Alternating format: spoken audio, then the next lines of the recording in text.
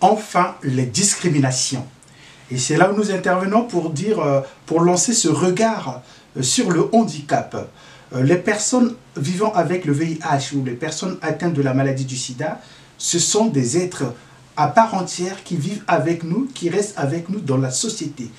Point n'est besoin de les discriminer pour la maladie qu'elles portent. Le VIH, comme les autres maladies, la drépanocytose, la tuberculose, la fièvre jaune, la fièvre typhoïde, le paludisme, ce sont des pathologies humaines. Ça n'atteint que nous, les êtres humains.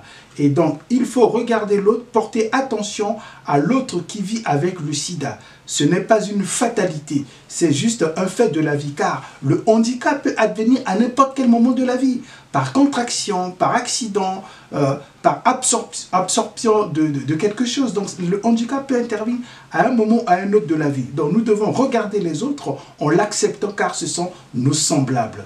Donc, arrêtons les discriminations contre les personnes atteintes du sida parce qu'elles portent une maladie qui est stigmatisante et marginalisante. Au contraire, par notre attention, par notre regard, par notre brin d'humanité, nous pouvons prendre conscience, prendre exemple sur notre semblable afin de porter la sensibilisation et surtout maintenir la garde autour de nous.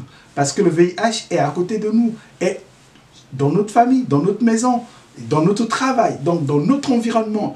Et c'est quelque chose qui fait partie de notre quotidien. Mais nous n'allons pas le banaliser, au contraire, nous restons debout pour pouvoir faire attention et surtout garder les réflexes de prévention. Encore une fois, il ne faut pas abîmer son âme par l'ignorance.